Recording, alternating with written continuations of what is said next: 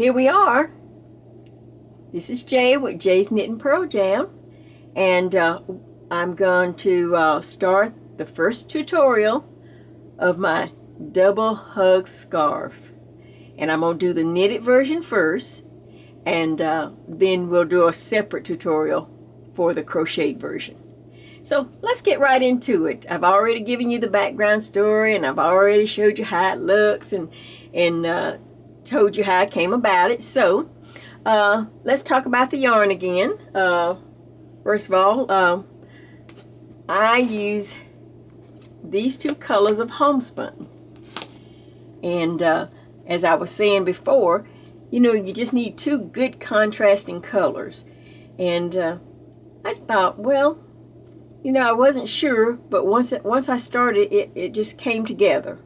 And I love the effect. And then plus, of course, you know, I got to try to do something with all this yarn, right? So here's homespun, and the name on this one is, let's see, can I find the name? This is Cherry Blossom. This is Cherry Blossom, and it's a very, you know, that real dense fabric that the homespun yarn. And then here was the color that I found to kind of make it pop, the contrasting color, which is where I got the name Double Hug Neck Warmer. Okay, this one is called Tulip. Tulips. Tulips, like the flower, tulips. So we have two nice homespun yarns to make our scarf with. And just to remind you what this particular scarf looked like, here it is. Here's the tulip side, and then of course, as we did before, if you just turn it inside out, then you get the contrasting color, which is Cherry Blossom. Isn't that pretty? And then of course, as like I said, as I discovered, it was really more than double hug. It's really a triple hug. Isn't that pretty? So you see why you need the two contrasting colors. But now I'm starting with the knit one because it's the one that's the quickest and the simplest to make. So as you know, I always start with something so that you can see what I'm doing and talk about it. So that's exactly what I will do this time also. So when I was picking out just some little balls of yarn to work with, I thought, you know what? I've always had a problem with variegated yarn, but sometimes I would buy it if it was on sale. I don't know why, but sometimes you just have variegated yarn. And so I looked in my little ball stash, and I found this variegated yarn. I thought, well, that's some old Red Heart or whatever. And then I found this, and I thought, well, that's a nice complementary color. You know, you just need something, a common color between them, one or two, or you can always, of course, use, you know, the ivory. So either one. So, all right, let's talk a little bit. I'm gonna, like I said, practice on this, use the practice yarn, and then we'll, you know, any questions about the real yarn we'll answer. All right, I suggest on this double hug scarf, this double hug neck warmer type scarf, I'm going to use a number 10 circular. Now, the sizes that I came up with, if you want a small size, we're talking, you know, adults, you know, this is not really for a child, but I guess you can make up one. But a small, I suggest 70 stitches. So you'd cast on 70. Medium, 80 stitches. And that's probably about what I would wear. And 90 if you need or you wanted a longer or large scarf. So you will cast that on, and you will also need a stitch marker. So let me show you how I get started. And if you have any problems, you know, you can always go to other sites if you've never worked with circular needles. Of course, you could do this straight and then seam it up the back, which is what we do with the crochet. So either one will work. But I'm going to go ahead and do it on the circulars. So, of course, this is just practice. So you take out about what you're going to need. Like I say, I'm just practicing on this one. So we will just take out, pull out some yarn. We'll make our slip knot. When I cast on, this is on mainly anything when I have to do a number of stitches, I always pick up a small double pointed needle and stick it right up under the needle I'm casting on with. It's just a habit that I got used to, and it makes such a nice edge on my knitting, and it keeps that first row from being so difficult. So it's nothing new. A lot of people do it. It's not anything amazing. So I just hold the double pointed needle right up under my needle and just simply cast on as usual. I do the long tail cast on if I have a lot of stitches to put on. Nothing out of the ordinary. And of course you have your favorite way of casting on also. So I'm just casting on a number of stitches so that I can demonstrate and meet this in the round. You will need a stitch marker.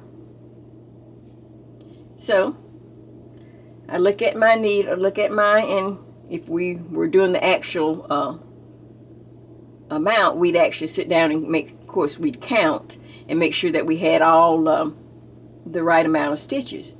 Okay, first thing I'm going to do is just flip my stitches over, and I'm going to slip the double pointed needle out now. It served its purpose of keeping my edge very nice and neat and tight, and it's going to make a big difference.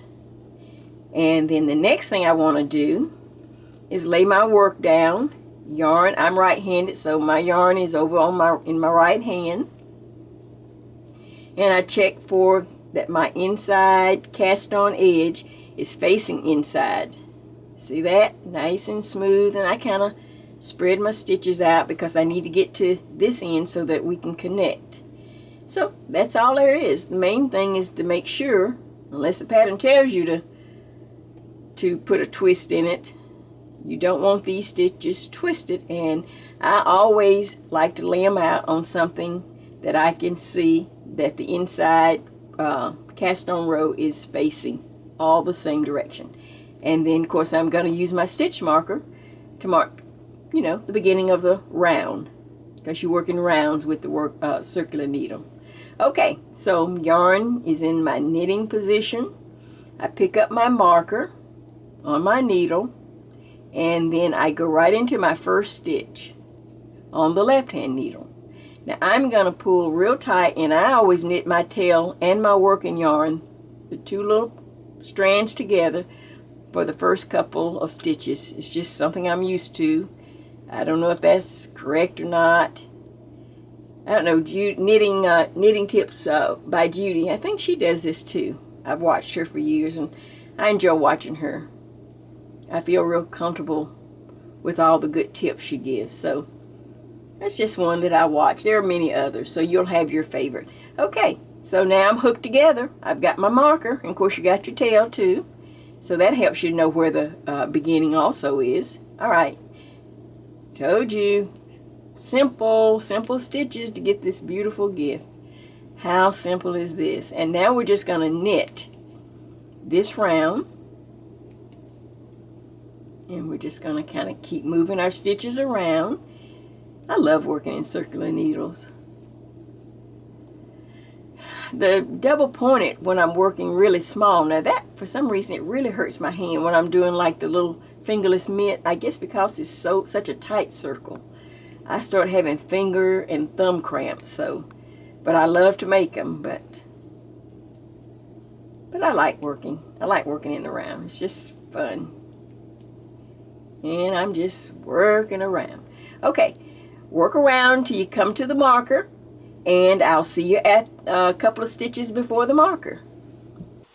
Well, I'm almost to the end of this round, so I'm just gonna knit up. Remember, this is our first round. Knit up to the marker.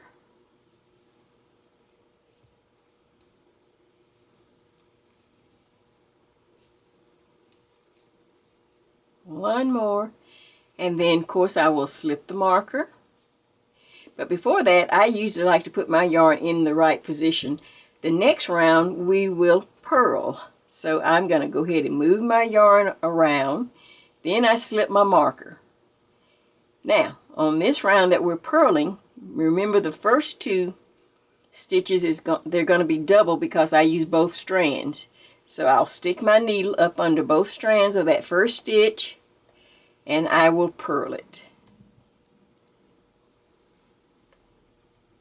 And then I had the second one where I use both strands. So I will stick my needle up under both strands there and I will purl it. Now I'm ready to go. I'm ready to just continue to purl. We're making a garter stitch in the round on our circular needles. So we will knit 1 round and we will purl 1 round.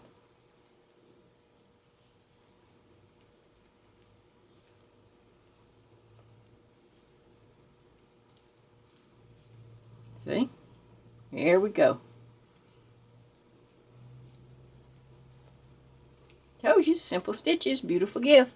Okay, now we will continue to alternate a knit round, a purl round, and you could go at least 5 inches. If you have maybe a nice long neck or you want it a little longer, go 6. So 5 or 6 inches alternating a knit round with a purl round. And I'm purling right now, so I will continue to purl this round till I get back to the marker. Then I will switch my yarn to the back and then I will knit that round. And we will continue for 5 or 6 inches in this color. Okay, see you back in a little bit. Well, I've been working on my sample. And of course, you know, this is just my practice piece. And you can see we have this nice garter ridge piece of knitting fabric here, because you remember it now.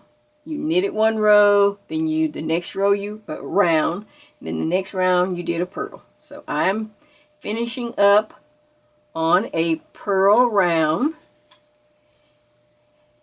As I come get close to my marker, I'm purling.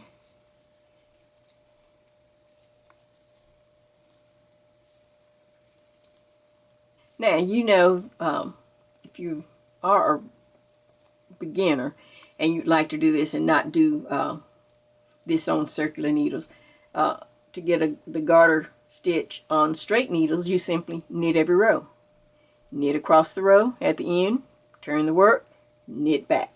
Knit across the row, knit back. Knit across the row and knit back.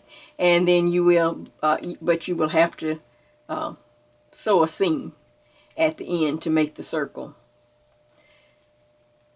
So I was kind of lazy and didn't want to have to do all that sewing. So on this one, since I have to do it on the crochet one, I decided to do this one in the round. Okay, we're about ready to change colors. I'm down to the last stitch before my marker. And the next stitch will be a knit stitch. I am just finishing up a purl stitch because there's the purl bumps. And you see the nice ridges I have where I've switched back and forth. Okay. And I'm just, like I say, this is all just practice yarn. So now I get my contrasting color or something that's different. So I found this over in this is why you need to keep them in a nice little ball. See, it's all ready to go. So I found this over there and I thought, well, that's good enough, just for practice. Because we're going to go back and look at the original when I'm done. All right, so I'm down to the last stitch. I'm going to purl that stitch. Now I go ahead and I know that I'm going to knit the next row, so I know I'm going to go ahead and put my yarn in the back. And I'm going to move my marker. Now, I'm going to go ahead and put my needle, insert my needle into the first stitch. And then I'm just going to grab my new color, my new yarn, leave a little tail.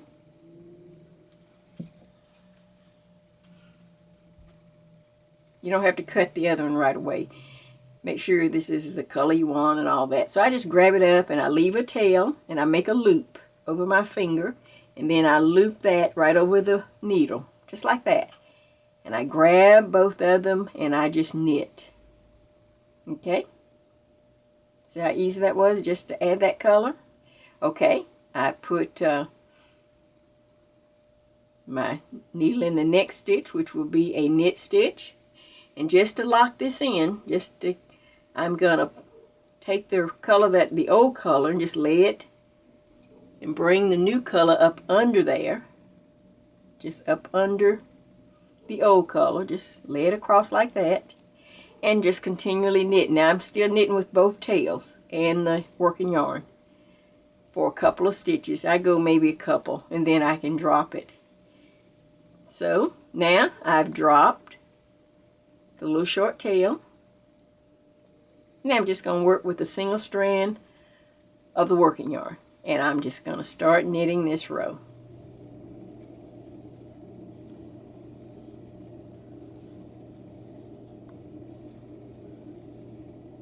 And we're just going to continue to knit around, adding the new color. Remember, you were going to knit this to your height, either 5 inches or 6 inches. This is just practice, so on mine, so I wasn't going to go and knit that far. Okay, so we're just doing a knit row now with the new color. See it already? Isn't that pretty? And we're going to continue to just completely knit, and we're going to knit this the same, whatever the measurement you have here, whether it's 5 inches or 6, you're going to knit the new color the same. Told you it was really easy. A lot of fun. This would have been perfect. I don't know when you're going to see this video, but this would have been great Super Bowl knitting. Just sitting, knitting in the round, just chilling, sitting, knitting in the round. I'm chilling, sitting, knitting in the round, watching the Super Bowl. Well, when I was doing my scarf, remember, I told you where I got the idea. I was watching the Australian Open. You know, I'm a big tennis fan, and I just said, you know what? It's so cold here. And then when the commentators were commenting on, it's 109 degrees, and I'm thinking, oh my gosh, I forgot about they were having summer while we're having cold winter in Australia. Oh my word. And that's where, you know, like I said, I kind of come up with an idea. Well, let's put two opposing colors, something really way out there, just smack them together. And I called it my double hug. So, all right, see you back in just a little bit. We'll do a few rows and let's see how it looks. Remember, knit one row, purl the next one. Knit one round, purl the next round. Knit one round, purl the next round. All right? All right, see you back in a minute. Well, as you can see, I've been working right along. How about you? And I've gotten up to, you know, you're supposed to knit this section the same distance that you knitted this section. And on the pattern, it's either 5 inches, or if you want a little taller, it can be 6 inches. So remember, this is my practice. So I'm on the last row that last round, I'm knitting this round. The round before this, remember, I purl. So now this is the last knit round that I'm going to do. So I'm just knitting all the way up to the marker. And I didn't bind off on this round because I wanted one complete knit round before I did my bind off. So I am knitting down to the marker, and I get here, last stitch, and now I will slide my marker, and now I will simply bind off in the knit stitch. Makes it a whole lot easier than trying to bind off above a purl. So I'll just bind off. I could have just left my little marker off. I forgot what I was doing here. Okay, so remember, you have to knit a stitch, lift the back stitch over the front, and continue. Knit, lift the next stitch over. Remember to keep your bind off loose. You could even switch to a larger needle if you want to. You could use a larger, like a double pointed needle to do this section, to try to keep your bind off loose. But I just kind of tug at it a little bit as I go so that it won't get tight on me. Just one stitch after another, binding off.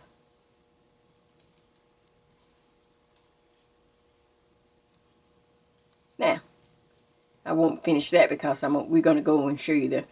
And of course, when this is all bound off, you're going to do exactly the same on this practice as you would do on the original. So, let me get the original out and we're going to look at it and make sure that there are no questions.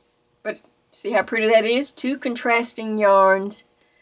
So it's 1 scarf, 2 scarves, and if you open it out, wow, it's triple, because you can wear it like that also. Okay, let me get the original. Be right back. Okay, so now we're back with the 2 colors for the actual scarf, and you see I did exactly the same steps that I did on the practice. And as you start out, as you finish, you will bind off your edge, just like the practice one. And you have these 2 pretty colors coming together, which you can wear the scarf just like that because it is not sewn together or anything at either edge. It's just a nice, warm, loopy scarf that hangs beautifully around your neck. The weight is just absolutely beautiful. And this, I got a whole nother respect for homespun yarn, let's put it that way. Yarn I thought I didn't like, or couldn't really think of ways to use it, you know. And then I came up with this. So now, then of course you'll fold it in, one side in the other, and then when you wear it, it gives that illusion of, you can see the inside from the outside. See how the 2 colors come together? And then if you just want to flip it over, you just flip it over, and then you have this side, and you'll have that color showing. So either this side, see, or you can just not fold it at all. Now how pretty is that for a cold winter's Valentine's Day gift? And then of course you can always add the accent. If you're kind of a rose type person, you can do a rose, or you can do another type rose. There's just all, you be the wearer. You be the one to enjoy this and decide how you'd like to wear Jay's double hug scarf. And I know you're going to look pretty because it's Valentine's Day, and this is my Valentine's gift to you. So I hope you wear it, I hope you enjoy it, and I know you're going to look pretty. Don't forget to watch the crocheted version for all you crocheters. Until the next time, see ya!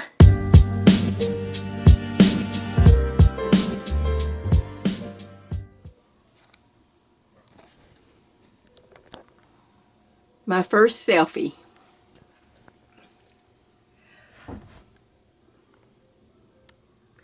Well, hello. I guess you knew this was coming. My first selfie. How are you? What do you think? Oh, you can see I still don't know how to use my camera that well. Okay, let's see, can I figure out how to do a selfie? Well, if I stick it in front of me, or how about that? Maybe over to the side. Am I filming? Okay. What do you think? How about? Wait, let's try this way.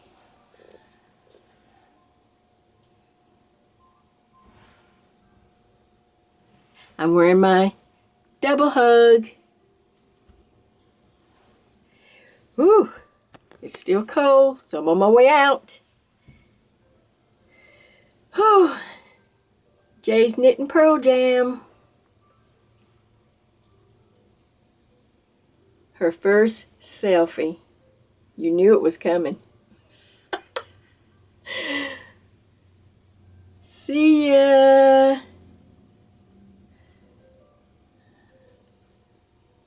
This is what happens when you buy your mom a camera.